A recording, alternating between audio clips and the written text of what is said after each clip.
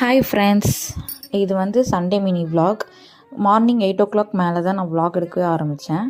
காலையில் வந்து இட்லியும் சாம்பார் வச்சு சாப்பிட்டுட்டு ஆஃப்டர்நூனுக்கு பிரியாணி செய்யலான்னு பிளான் பண்ணோம். சரி, எப்போவுமே சிக்கன் மட்டன் பிரியாணி செஞ்சு போர் அடிச்சிச்சு. ஸோ வந்து மார்க்கெட் போயிட்டு காடை வாங்கிட்டு வந்து காடை பிரியாணி செய்யலாம் அப்படின்ட்டு என்னோடய ஹஸ்பண்ட் சொன்னார்.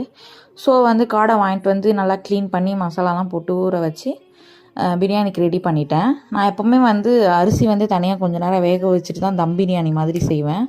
இன்றைக்கும் அப்படி தான் செஞ்சுருந்தேன். ரொம்பவே சூப்பராக வந்துருந்துச்சு பிரியாணி.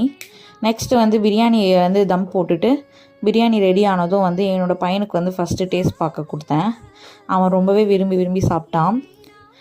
அதுக்கப்புறம் நாங்களும் வந்து காடை வந்து நல்லா ஃப்ரை பண்ணுறதுக்காக ஊற வச்சுருந்தேன்.